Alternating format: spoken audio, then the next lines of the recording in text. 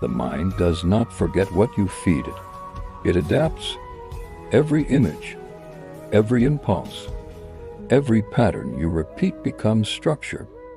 The brain learns through repetition, not intention, not promises.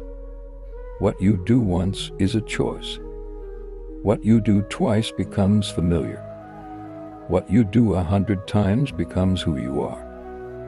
Dopamine is not pleasure. It is anticipation, a signal, a contract between action and reward.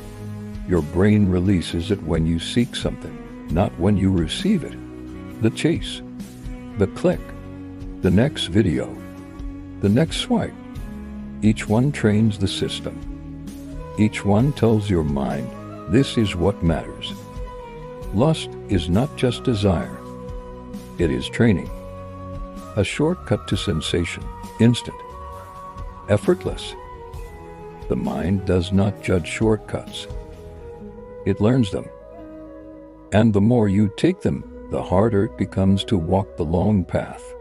Discipline is the opposite architecture. Delay, resistance, the space between wanting and having. It feels like nothing at first, but repetition changes the wiring over time.